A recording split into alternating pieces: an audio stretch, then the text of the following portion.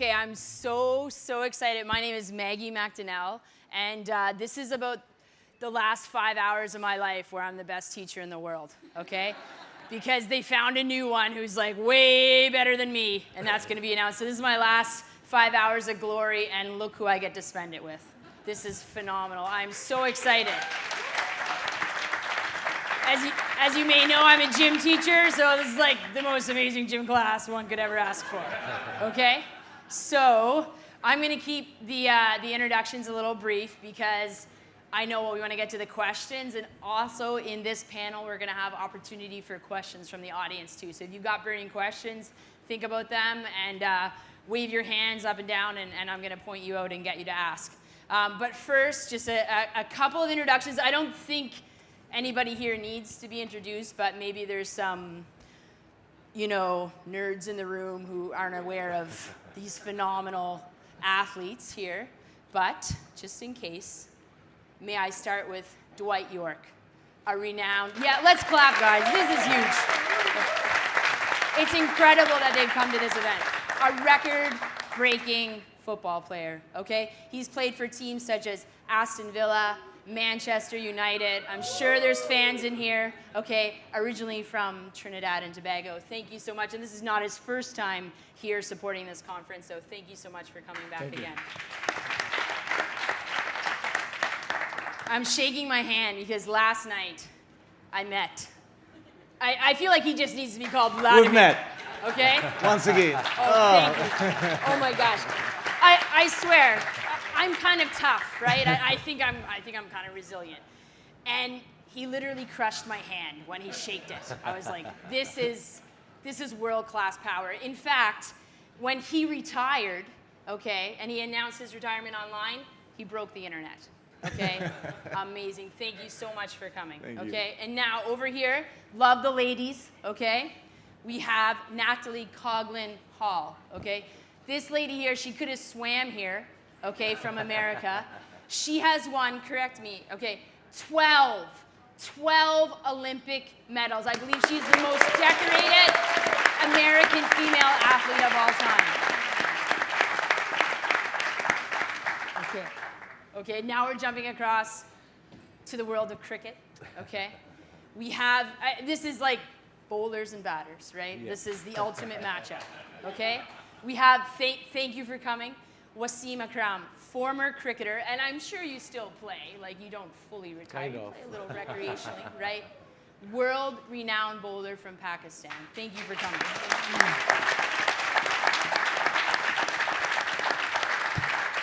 And it is such an honor, again, to have Brian Lara here. He's been such a supporter to the Varkey Foundation. One of the best batters of all time. Also, the Trinidad and Tobago connection. Okay, so, and me, Maggie, so yeah. Okay, so now we'll launch into some of the good questions. Let's see. Okay. Da-da-da. Now, we know we're all here for the Global Teacher Prize, okay? This is a remarkable initiative brought about by Sunny Varkey, the Varkey Foundation, and supported by, His Highness Shaheed Mohammed. How lucky we are for that. If the Global Teacher Prize existed when you were young, which teacher would you have nominated? And again, I'm the type of teacher who thinks that not all classrooms have four walls, and we find teachers in all parts of our lives, not just in the classroom, So maybe I'll start with Dwight. Is that okay? That's okay. Which teacher would you have nominated for the Global Teacher Prize, and why? I mean, at a very young age, I got involved in sport, but even though you have your parents, which clearly I had, they were never there all the time. Certainly from my experience, my mom, they were supportive, but most of the time as a kid, you tend to spend a lot of times in the classrooms and in schools a lot of the time. And often enough, you always come across a teacher who always take an interest in you, i.e. as a parent, sort of someone that you look up to. And I was very fortunate that I had someone who I consider as a mentor, more of like a father figure in many respects. Someone who I can turn to not just because of my sporting ability, but somebody who I can relate to. Sometimes, even though we all have parents, you don't often go to your parents for guidance. You always feel more comfortable with somebody outside of your parents. So I was very fortunate that this person called Burton Sinclair. And certainly growing up in the Caribbean, which was a difficult time for me, didn't have a lot in growing up, but I certainly had somebody who had taken me under his wings to give me the guidance, because I could have easily fallen in the trap of maybe violence, alcohol, drugs, that kind of stuff. And this person saw a bit of talent in me and said, if you dedicated yourself, you can go far. Although the opportunity of getting to England or even getting to America, which was a sort of a safe haven for us to get out of the Caribbean then. And I certainly wasn't good in cricket, like Mr. Lara, which everybody know the Caribbean cricket was the biggest thing to sort of get you out there and give you the opportunity as much. And football was more like a second sport for us. But because I was talented in sport and because I had such a person in my life like Burton Sinclair, he was the one that said, listen, if you dedicated yourself with your schoolwork and focus and stay away from all the bad things, then anything is possible. So I was very lucky to have someone like Burton Sinclair for me to give me that guidance. And so that's why even today I can look back with his guidance, with his commitment to me, that was the reason why I'm here today. So I'm very thankful that I had such a person in my life. Yeah, and I love how you touched on often we start out, our parent is so important to us in our early part of our life, but often then again we switch to teachers or coaches who help us through our adolescence or older years. So what about yourself, Wladimir? Actually, the answer is right there. Starting from you, you always remember your first moves, first teacher, and so on. Everything would come first. And then in my case, it was simple. My mother was a teacher in my preschool. So I had my mother at home. I had my mother in kindergarten, and I had my mother in first grades. So I had a lot of my mother, which was great. So she was definitely one of the most important teachers in my life. Also, not to forget my father. He gave, even if he was in service, and I saw him only twice. Actually, I was there when he was twice a day. When he was coming home, we were asleep. When he was leaving, we were still asleep. So, but the weekends and the most quality of time he spent and taught a lot. So I'm so thankful, but also learned through the times you actually can educate yourself through experience that you're collecting. And we have collected here a lot of experience. Not to forget, there is no one in the audience stronger, better, and smarter than all of us. So as a community, we're better in every way. And it's important to share the knowledge. That's why I think we're all here, and it's great to make this event happen. I believe 6 years ago or 7 years ago it was founded, and it's great. It gives motivation for teachers and get better, because it is important to be able to send a message out there that is going to be received well, because very often students have so much respect to teachers, and sometimes the language of the teachers are so complicated that you're really not getting, because of respect to the teacher, but also language barrier, not like we speak different languages, but just an understanding. So it's very important to give something simple and valuable, and as I said, if you share, you care. That's it. That's beautiful. That's beautiful.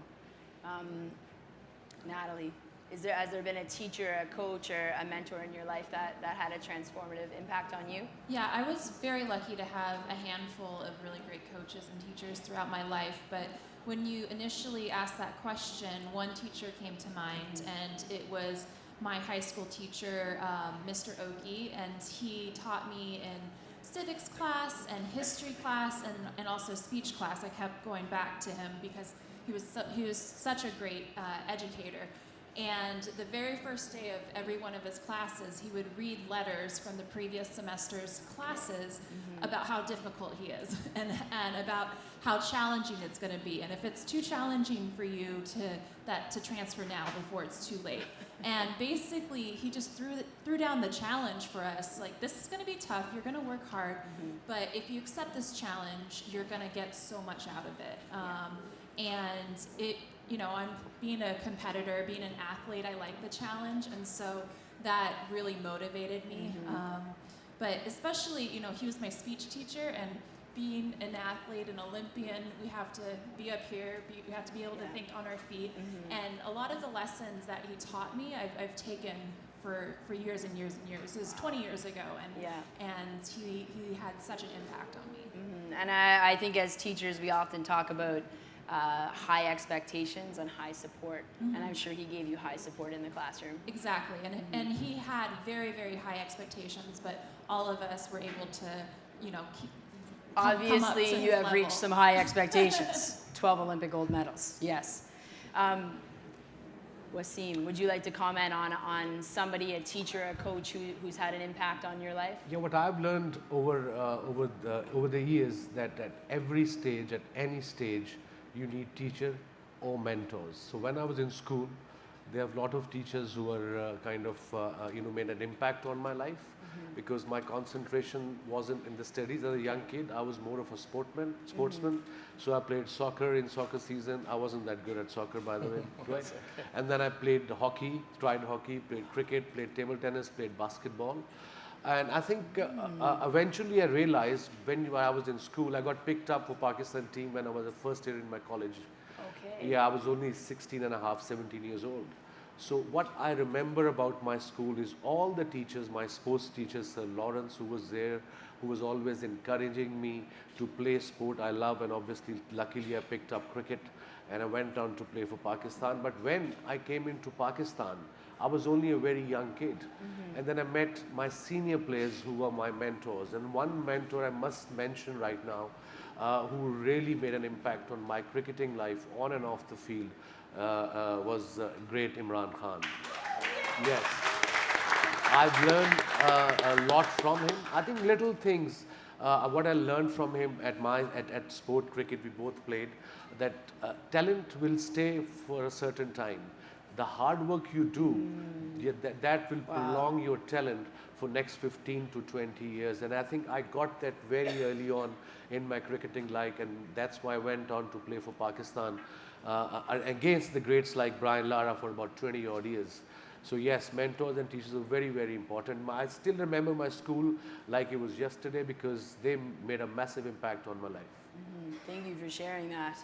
And now, Brian Lara, can you talk about somebody, a teacher or a coach who had a transformative experience with you, impact on you? I think it would be someone by the name of Harry Ramdas, which when I got into college, he was my cricket coach, my football coach, and also my Spanish teacher. And looking back at it, I believe that the way how I approached my career had something to do with him. Because every time I was very successful, I was very tough on myself. I went back and I looked at videos to try to make it even better. If I was not too successful or going through a bad patch, especially when I faced Wasim, I didn't worry about it too much. And I suppose that came from him because at cricket practice, 14 years old, you're the best out there, and he's just punishing me. And I don't know why you're punishing me. All these guys not doing their job.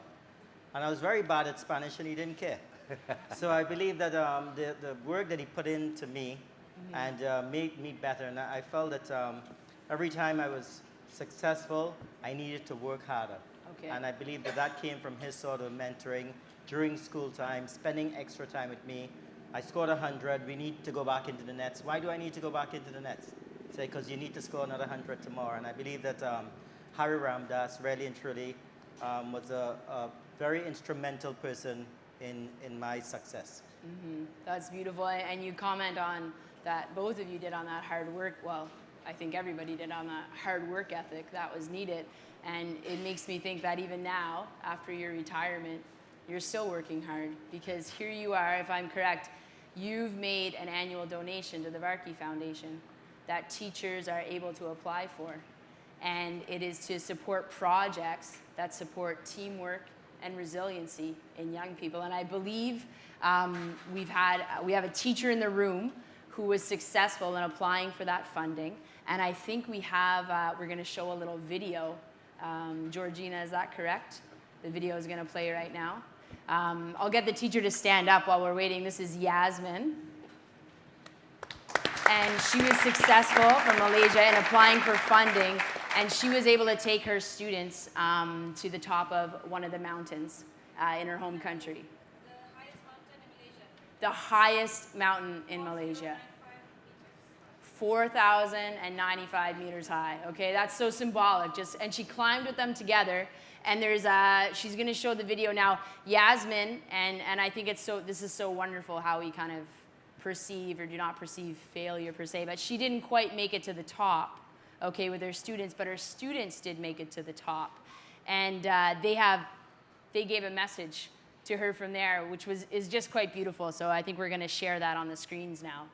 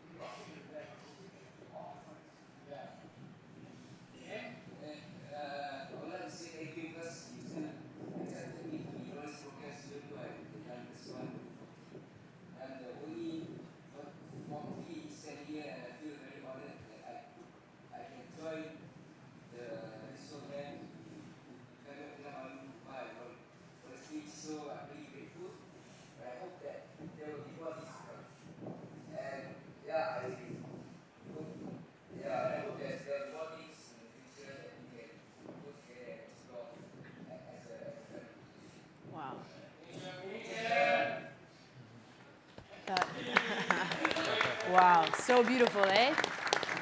So beautiful that they took that moment on top of the mountain to thank their teacher. So that project, I mean, it did so much, but it also, strengthened a relationship between a teacher and her students, which is probably one of the most profound tools we have in the classroom. So how does it feel, if I can ask, just watching that video?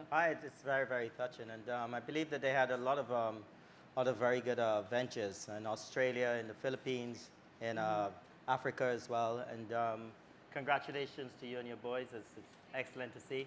And I look forward to even better ventures in the future. I might be applying for that funding, so that sounds exciting. And I know that you're not the only one who is giving back, so maybe I'll ask if anybody else wants to talk about how they're also maybe giving back to the community. Yes, I think me and my wife, we've been working on Akram Foundation in Pakistan. Our main focus is sports education. Okay. And as we all know, sports are very, very important as well, especially from developing countries we are from. Mm-hmm. As a young kid, if you get into sport, you learn how to compete, you develop physically, and obviously you develop mentally. Yes. And you also learn to accept defeat, and with that, obviously, the triumph. So this is the idea. We probably be at the early stages, but Akram Foundation has been doing a lot of work. My wife is from Australia, She's not here today, unfortunately, Shanira. Yeah. She's doing a lot with the education, girls' education and girls' empowerment as well. And I think I have Sumaira, who has been, you met Sumaira a little Yeah. while ago, who's on the panel to pick the teachers as well. We're also trying to start the same event like this one in Pakistan, because there are a lot of teachers in Pakistan who is doing a great deal of good stuff, great stuff for the young kids of Pakistan future generation. Teachers matter. Thank you so much Absolutely. for shining a spotlight on them. And yourself, have you been able to come to a point in your career where you're also able to give back? Definitely. Being an Olympic athlete, you're given such an amazing platform. And I think it's really important that all of us, we have this wonderful platform and to use it for something good. So one of the organizations that I've been involved with since 2004 is Right to Play. So they're based in many countries around the world, and it uses the power of play as an educational tool. So for instance, in 2012, I went into the field in Rwanda and got to see what I was supporting for so many years and get to finally see it in person, because I had a basic understanding of the program, but until you actually go into the field, you really don't see how it works. And in Rwanda, a lot of the issues are, some health issues like malaria, inclusion with people with disabilities, for instance. There are some hygiene issues, and you use these games, these wonderful, simple games, but it teaches such a powerful message. So, for instance, we use a game of tag, and it's malaria tag, and so it's to teach the kids how malaria is spread. So someone, basically it's a game of dodgeball. I don't know if you guys are familiar with dodgeball, but someone is the mosquito, and so you have a red ball, and you could throw it at someone else, but if they have their mosquito net, so if they go like this, if they go like that, you can't throw the ball at them. And so it teaches these very, very young kids that if they sleep under their mosquito nets, it's something that they could do to prevent themselves from getting malaria. And so it's an educational tool, and many Olympians and other athletes have been involved in that organization for many years, and has done so much good, and I feel very fortunate to have worked with them. I'm so glad to hear that. I was actually in the field for 1.5 years with Right to Play. Oh my gosh. So, and it transformed my life and my career. So that's So you know a wonderful exactly. story. Yes. Yeah, excellent. Now, yourself, are you at a stage where you're able to start giving back to the community as well? And perhaps you've been doing it throughout your whole career too. So Absolutely. Giving back, as I also stressed, very important. And I have created and founded a method which is called challenge management, change and innovation management, and self-management. And I found a partner, in this case an ally, University of St. Gallen. So it's a CA certified study course. We're in the third year with Foundation of Center of Competence. We're two people working and writing their PhD work about this topic, challenge management. Very interesting fact, one person, I'm financing one person that is writing the PhD work, and the other person is financing the student from the first year of study course. yeah. Because he's so, Simon, his name is Simon, and he's so excited about it and believes in this method so much that he said, listen, let's research it, and I'm going to finance it as well.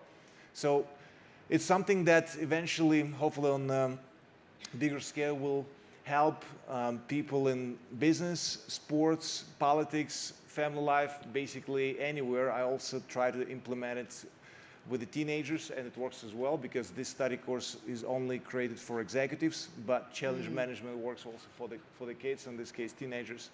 And the principles of challenge management are face the challenge. So every letter of face stands for certain quality. Focus, we talked with Natalie about it last night, which is very important to achieve anything in life.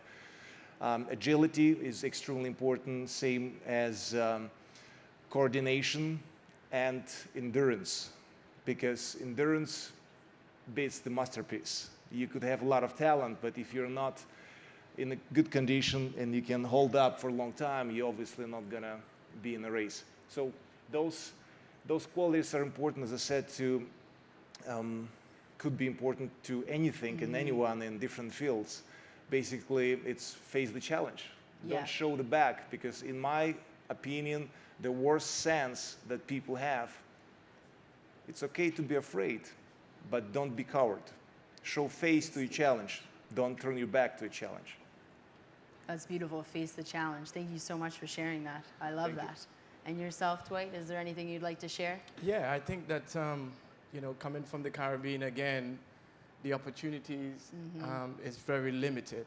And when you look at role models, which we tend to look abroad for someone who can sort of focus on, myself and Brian, obviously, Brian in cricket and myself in football, Yeah. we have now become role models to give these kids back in the Caribbean hope.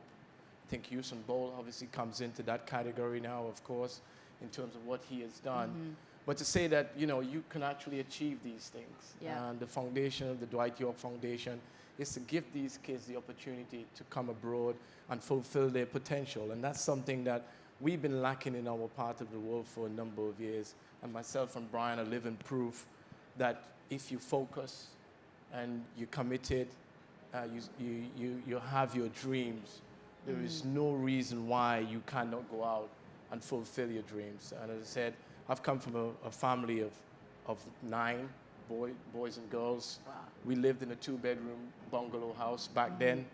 And that sort of didn't deter me, because I wanted to make a difference. I wanted to commit myself to football, but I also know that what comes with it was the sacrifice and determination and the work. And if you really put your mind, as I said, I'm living proof, you can be very successful. And hopefully these kids back home is what we want to say, look at myself, look at Brian, look at Yusuf. You can achieve these goals. So the foundation is to give those kids the opportunity, and funding is always a challenge. So my foundation is not, if you have the talent and you have the commitment and you show that and you show the progress that you have made over the years, that the Dwight Yorke Foundation will come in and support that event. And that's what we are here for to do. And we all have a story, or everyone who's sitting down here have a story to share. And it's good that we can sit in this format here and highlight some of these success that we all have been through. So it is a good Yeah. cause. Round of applause, eh? All these champions giving back. Fantastic. As some of you may know, I worked in the Arctic, and I worked in a community that was facing a suicide crisis. In fact, in 1 year, we had lost 10 young people to suicide. And my husband and I, we started a running club, not even that we're natural runners, but it was an interest the kids had, and we wanted to continue to develop it. And sometimes there's this slogan, live to move, move to live.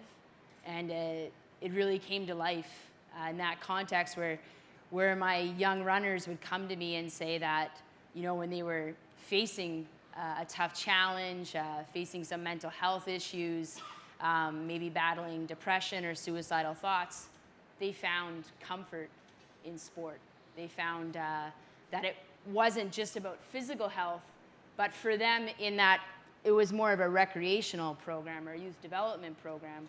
It was a lot more about mental health and what was going on up here.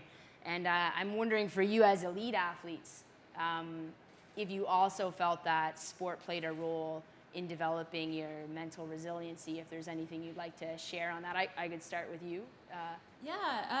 Swimming is a very tough sport physically, because we have to be in the water. Growing up, it could have been as much as 5 to 6 hours a day. But mentally, it's so tough. When you're in the water, your head's underwater, so you're never ever speaking with anyone. You're in your own thoughts for hours and hours and hours of the day. And we have a joke in swimming that it's you and that black line on the bottom of the pool. And when the black line starts talking back, you're in trouble. But what swimming does is it forces you to be okay with the thoughts in your head, and it forces you to be present. When I was much younger, I would pass the time of all those hours singing a song in my head, or thinking about what's going to happen the next weekend, or what's happening in school, or what happened yesterday or today.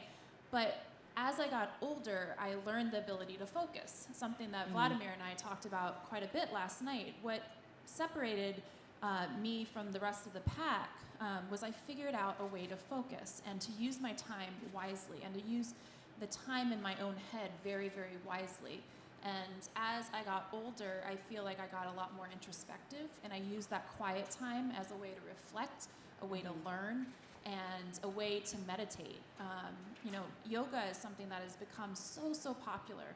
And one of the things that people have the biggest trouble with is just being present in the moment and not thinking about the past, not thinking about the future, but just thinking about the present. And that's something that I learned and I developed over many, many years in swimming because I was forced to. And thank you for highlighting that, because sometimes we look at athletes and we just think about their physicality, but there's so much going on up here as well that leads to your success.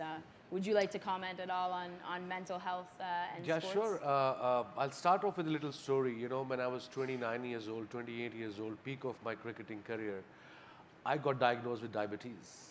Okay. And usually at that stage, diabetes, whatever I knew, was associated with obesity, unhealthy lifestyle. I was one of the fittest athletes in the world at the time. And at that particular phase was very difficult phase for me. And I think the focus really helped me there, belief and focus.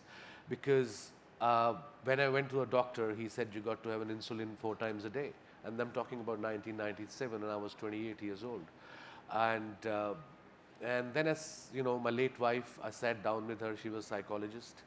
And we kind of researched about the disease. That was the first step to find out what I was fighting with. And then I realized that if I can discipline my lifestyle and focus more on my mental strength, then I can play cricket. It took me about 3 to 4 months to come back to normal sugar levels with insulin intake, because it was very difficult to take insulin. In 97, there were proper injections, not like now, very little one needles now. And carry it with me, carry it with ice in a fridge. And then I realized there's a hypo where you get sugar levels get low. So I've learned it myself. If I was playing a test match, before lunch break, usually you have insulin. I never used to have insulin. I learned myself, because if I'm going out to bowl, I'm going to exert myself. Okay. So it means my sugar levels, there's more chance of going them down. Yeah. So I just learned these little tricks over and over the period. And after that, I played about 8 years for Pakistan with diabetes. And now, from last, I think, 21 years being a diabetic, I'm a role model to diabetes, not just in Pakistan, the whole subcontinent, worldwide. Because I kind of changed the mindset of the developing countries that with diabetes, you get tired, your lifestyle will be gone, you'll die very soon. But touch wood, I have really changed a lot of lives, and that again got to do with my mental ability to be focused and believe that I can do it. Beautiful, beautiful. Brian, is there anything you'd like to share about mental health and sport? Well, I'm going to have a different approach to it, because as a teenager growing up, my skill level at cricket and football was pretty high. But my academic side was very, very poor. And I went to a school where a lot of the teachers didn't pay attention to how good I was as a cricketer. And I believe I grew my mental strength from actually having to work hard, if it was geography, French, whatever it was. And I believe that I gained a lot from the things that I wasn't good at. Just facing a challenge. I mean, going out to bat as a teenager, playing with kids your age, and scoring runs, it came naturally for me. But sitting down in a classroom for 40 minutes and sitting down there from 7:30 in the morning to 2:30 in the afternoon was difficult. And I believe today that I owe a lot of gratitude to my teachers that felt that, listen, you might be a cricketer, but that's only going to be a very short time. You need to concentrate on your academic. And I believe that what I gained from that classroom, when I applied it in difficult situations at cricket, I felt that, it worked very well. So my mental strength came from stuff that I was very weak at, that I actually became maybe average or above average. I gained a lot from that. Very great. I think my next question, I'm going to call it the gender bender question. Okay, it could be like a new pitch that you throw. It curves. Okay, so we talked already about how, for example, nationality, growing up in the Caribbean, can be a barrier to having access to elite sport. We know that income levels can be a barrier, and we also know that gender can be a barrier as well. I would like to imagine for you here as elite athletes, if you were born the opposite gender, what would your career have looked like? How would that have shaped your sporting experience? So Dwight, I mean, you talked about the challenge of growing up in the Caribbean, but if you were a woman, what do you think that sporting experience I'm trying would to have looked visualize me at the moment being a woman. Oh, Yeah, I'm not sure it looks good, trust me, it looks good. I assume it would have been pretty much the same. The challenges of, coming out of the Caribbean, not having maybe not too many icon people to look up to back in those days. That would have been definitely one of the biggest challenges. And I always revert back to going, the opportunity of getting out there. America was the route for us. And I suppose from a woman perspective, I assume it would have been pretty much a little bit more tougher coming out of the Caribbean. Because I think in the modern day now that they are getting much more exposure to, and which is quite rightly so. But I think back in the days, they probably would not have had so much exposure. You had to have a special talent to get out of the Caribbean back in 1973, whatever it was. But I'm sure that these women that we are facing today, that the agenda thing is always a bit of a touchy subject, but we've seen that people are being very, very successful, i.e., right here, what we have, this beautiful woman, 12 gold medals. This just goes to show that if you are committed to, it doesn't matter what agenda you are or gender you come from or country that you come from, it is important that the same should be applied whether you are obviously a man or a woman. And I think that is great to see that women in today's game or today's world are getting the equal right, the recognition that they deserve, the opportunity that they deserve. So I feel that right now women's sports are on the up, and a lot of people are giving that a lot of notice now, and quite rightly so. But I think back in the days, I don't think it would have been much different. I think it would have been still a challenge coming out of the Caribbean in terms of trying to make it out there. But as I said, if you are focused and determined, I think that there's always going to be obstacle. There is always, we talk about mental toughness. I think that's, and focus. I think those are things that we all have in common sitting up here. I think that's something that you have to be successful in any walk of life, whether it's sports as we are talking about, but in your own jobs as well. You have to have that, focus and that toughness at times, because there are times when you will need that, mental toughness to get through difficult situations. And that's what separates us from the other guys who may be more gifted than us at times. Because I played with people who were far more gifted than I was, but they didn't have the mental toughness to get through it. Some of them looked for the easy way out. And that is always an easy way. But there are challenges that sometimes you have to, what we say, get in the trenches. And so you're back up against the wall, and you have to fight and fight and fight to get through those moments. And it's not always going to be easy, because I had a lot of bumpy road along the way. Lots of challenges, leaving the beautiful Caribbean island to go to England, not saying England, and changing that. England has been obviously good to me, but that was the opportunity I wanted. And so I was very lucky. And I feel being a woman today, the place is in a much better world for women's sports, and to give them opportunity to fulfill their dreams. Thank you. Wladimir, if you were a 6'5" woman, do you think you would have had the same career? No chance. I mean, with this size, you have to find an opponent, right? So it would have been like You might have been in a weight class by your own? Yeah, I guess so. Me and me. Back in the Soviet times, or back in like 80s, when I started, so there were no female boxing. So now it's even became an Olympic sports. That's exactly what you said. There's more there's more mutual respect between men and women. There should be even more, obviously. And I think women in general are tougher than men. Men might disagree, but like to become. Not with that handshake yesterday. I that was believe, a tough handshake. please, you Yeah. took your cast off, I see. So I believe that probably the best performance and the most complicated and difficult for a woman to actually carry a child and give birth. Yes. And that's like unimaginable for a man how that works. So it's something that is unimaginable.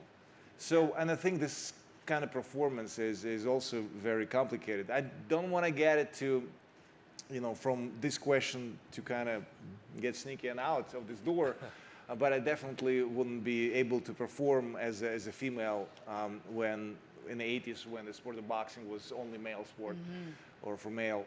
But I want to maybe challenges like mental challenges that female have, or male as well, but speaking about female, I believe, and I created it out of my experience and my expertise in sport, so I put it in 5 steps. What is my goal?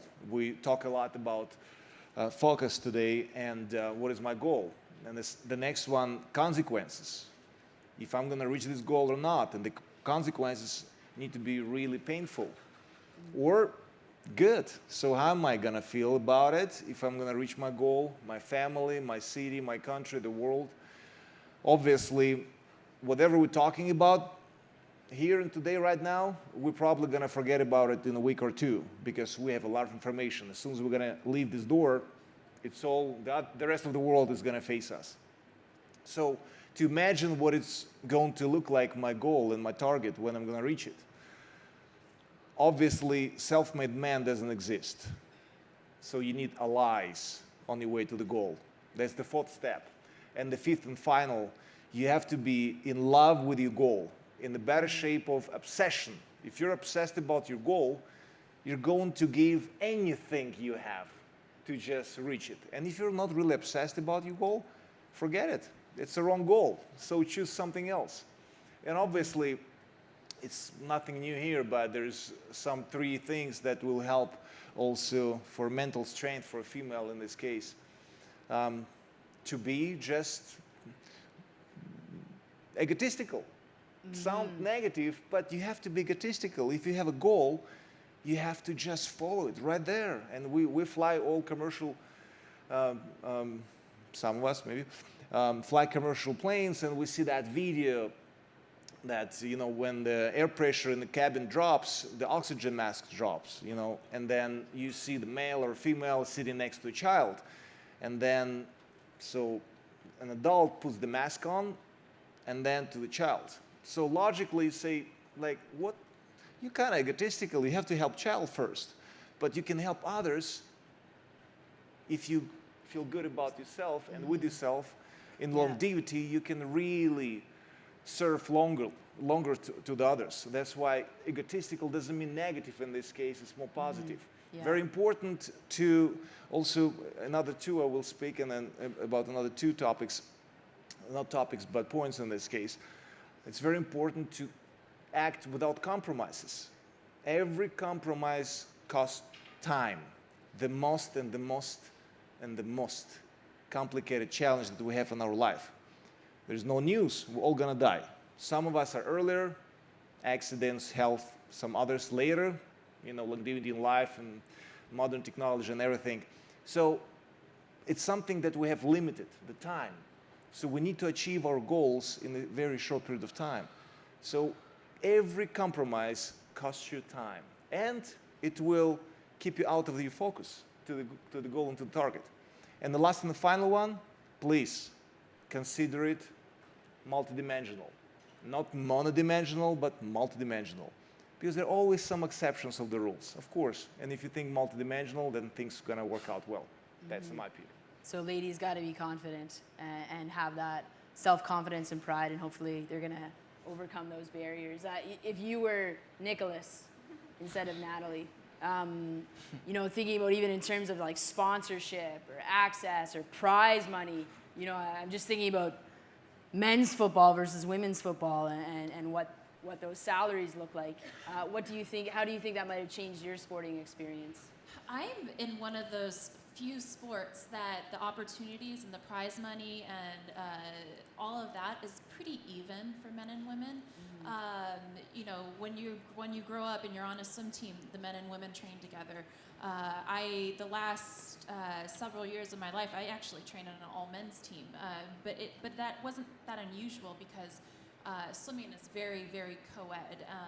The last vestige of perhaps sexism in sport was that the women in the Olympics do the 800 freestyle, whereas the men do the mile because the men could do 1500. But actually now in 2020 Tokyo Olympics, they're getting rid of that and they're providing, or they're offering both events for both men and women. So in swimming, it's very, very equal. You know, maybe people might get marketed differently, and I think that has to do country to country. But in the U.S., I've been very fortunate that I feel like I've earned an equivalent living and gotten the same recognition as my male peers. And I think that has to do with the Olympics and just my sport. You know, people are just as interested in the male swimmers as they are in the female swimmers. But going back to your original question, if I was a boy, you know, I think of the Beyonce song, but when I was a kid, I probably would have started with swimming anyway because I had a pool in my backyard and my parents were just being responsible parents and teaching me how to swim, and naturally I progressed onto the swim team. I did swim lessons and then I was good in the water and I went to the swim team. But my dad, his sport was martial arts, and I wanted to do martial arts so badly as a kid, and I was a tomboy. I don't know is that an American term? It might be. I was a very boyish little girl, very aggressive. I always wanted to do martial arts so badly, but my dad said there's no way that I was going to do martial arts. So I think he didn't want me to lose teeth and, you know, get my nose broken or something. But other than that, I think I probably would have followed a similar path. Okay, or you could have been a kung fu master. I could have been a kung fu master. Yeah. Yep. Wonderful. Thank you for sharing. I'm Canadian, and we have a very beautiful prime minister right now. Are you guys familiar with Justin Trudeau, right? Yeah. And the last couple of years, he's actually stepped into the boxing ring to raise awareness on certain issues, and he's challenged maybe a fellow senator or a celebrity to come into the ring with him. And I'd like to know, in your case, is there anybody, a world leader, a celebrity, you know, a teacher, you know, a fellow athlete that you'd like to invite into the ring with you to raise awareness about anything? To raise awareness? Or to send a certain message? You know, to the canvas. okay, so my sport, or when I used to be an athlete, so I'm retired now. In boxing, there's an attitude, if you're a champion, you just demolish the other guy. That's it. There's no compromises, because otherwise you're going to be demolished. So you really have only one choice. And then I was thinking about it, and I got this approach by a good friend of mine, and he said, let's knock illiteracy out. Wow, beautiful. And Knock out you know what? illiteracy. We got 26 canvases, like pretty big. And then I just punched the letters out. So 26 letters of alphabet. And then we sold it, and we raised tons of money. So hundreds of thousands of euros in this case. And that was my fight. So, and I fought illiteracy, and I think that's, in my opinion, was pretty damn good opponent to knock him out. Yeah, thank you for doing that. And climate change is next if you have time for that. So thank you. Thank you. I'm going to jump over to Brian, one of the best batters of all time. And I don't know if it ever happened that you were in a slump, maybe, okay? Sometimes as a teacher, yes, yeah. Sometimes as a teacher, we're in slumps. You know, maybe my students aren't showing up to class, or I'm not using the best tools. I'm not getting my messages across, or we're going through some tough times in the classroom. When you go through slumps, how do you get through them? How do you get to the other side? What resiliency or gifts do you draw upon? Well, first of all, let's not talk about slumps. Whenever I was going through a very good period, I made sure that that was as long as possible by, working even harder to maintain the level that I did. As a sportsman, as a cricketer, and as a batsman, you fail more than you succeed. I have more scores under 40 than I have over 40. And I accepted that, and it's throughout. Maybe not Sir Donald Bradman back in 1920 something, 30 something. He averaged 99.6 or 7. Usain Bolt might be another sportsman who, succeeded more than failed.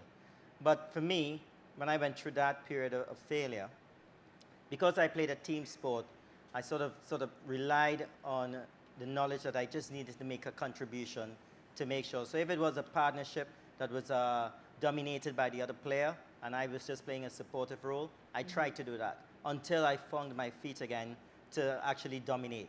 I was a batsman who felt that in a partnership, I wanted to be the one that dominated. If I couldn't do that, and if I was not in any good form, then I sort of laid the foundation for someone else to do it. But I accepted the fact that I failed more than I succeeded. I played a team sport, which was good. On occasions, I made a duck or something like that, but the team still won. I believe that you have, that feeling of success still. You played a part. If you take a brilliant catch or did something in the field and didn't do it with a bat, I found that was enough for me to move on.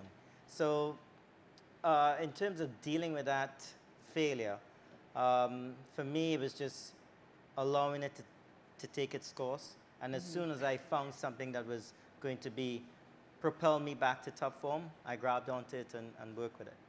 Beautiful, beautiful. I know we only have a few minutes left, so I've been asking a ton of questions. Perhaps there's some audience members who also have questions. Can you, there's right here in the tie, right in front of me, may please ask it with a loud voice, or I can repeat your question. Hi, myself is Yorke. I work for Jets Education. I'm the weekly financial reporting of Jets. So my question, it's a common question. You sort of just give an answer. How you handle failure? How do you handle failure? Maybe we'll get you to comment on that one. Yeah, I've had a really wonderful career, but I've had a lot of challenges and something that could be perceived as a failure.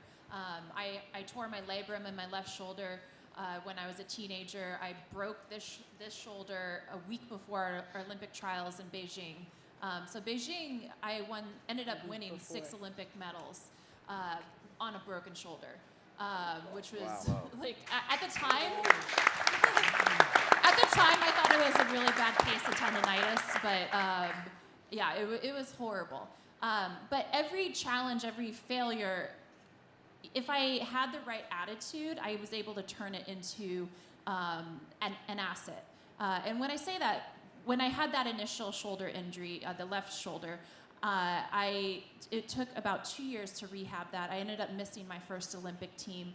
But what it forced me to do is, one, see how important sport was in my life. I feel like at that point, as a 16-year-old, I was starting to take it for granted. I was starting to feel sorry for myself at how many hours I was spending in the pool, not getting to hang out with friends, things like that. When it was almost taken away from me, I realized how important it was.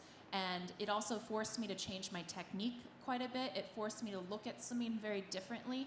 And ultimately, I believe having that initial major injury ended up being the greatest gift, because it created such a fire in me that, the next 4 years, I went on to win 5 medals and then 6 medals and then another medal.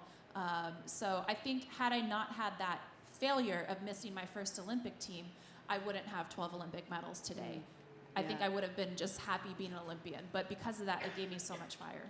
Beautiful, beautiful. Eartha, do you have a question? Yes. Mic to Eartha, if possible.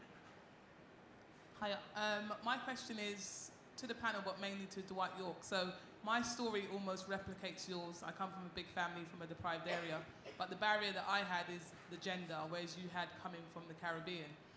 And so often when I go to deprived countries, I seem to find that the kids' skill level is a lot higher than we have in our developed countries. Is there anything that we can do here in developed countries in schools that will allow that collaboration with people from other deprived countries, not just from foundations, but is there anything that we can embed in schools to allow that transition to happen? Yeah, I think that is a very, very good question. I think that is something that in the modern day world, I think that is very good to try and, get involvement with school and have that communication. And I think that's why from an early stage and now, they are trying to encourage kids to travel abroad, to get that experience, to mingle with different schools and different background, a different culture. And that's something that we haven't been able to do back in the Caribbean for a number of years. And I feel that is something to take the kids forward, to give them that experience, that know-how, what it takes to see things differently rather than just in the Caribbean in itself. So I think that it can work if the schools are prepared to work with each other, to try and interact that sort of conversation, to embrace those kids, to have that experience, to take them forward.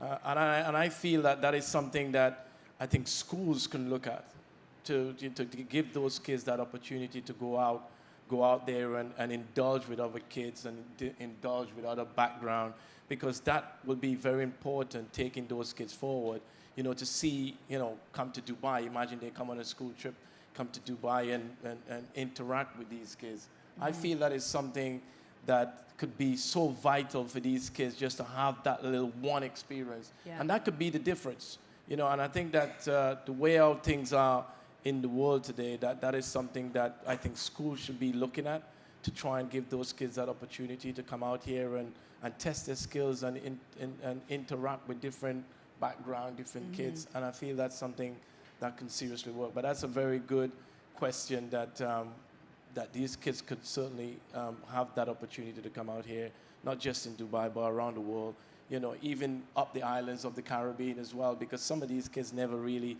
even leave the Caribbean, let alone, get as far as Dubai. So I think that is something for sure that can happen. That question makes me think of a great story we just talked about outside, where I think it was maybe a YouTube video or something like this. Somebody posted a video of a 6.5 years old kid from a little village about 6 hours drive from Lahore. Lahore is the second biggest city in Pakistan. And I think the area name is Chicha Watni, that's the name of the village. And that boy was bowling left arm fast bowling, 6.5.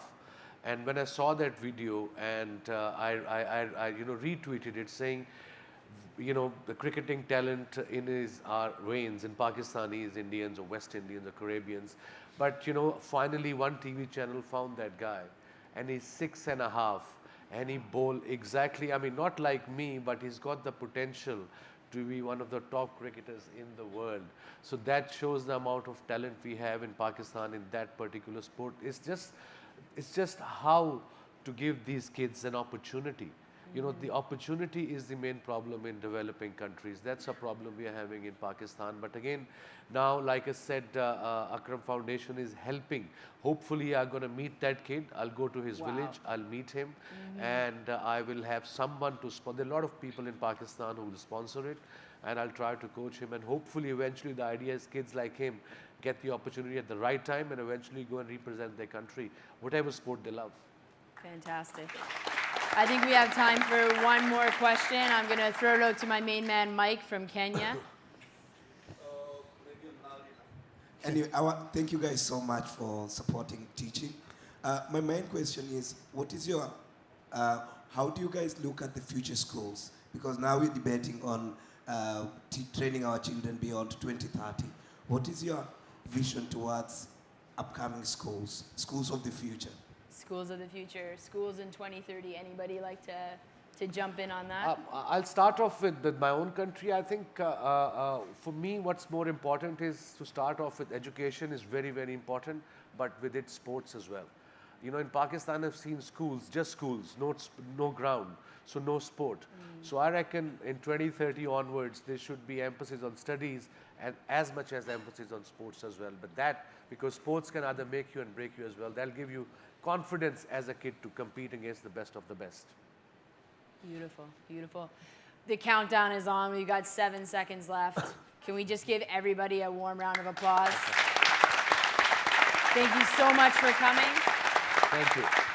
And I believe the big event is about to start. So I welcome everybody to head over to, I believe it's at the ballroom, where the Pleasure. next $1 million teacher is going to be announced. Yeah. Yeah, man.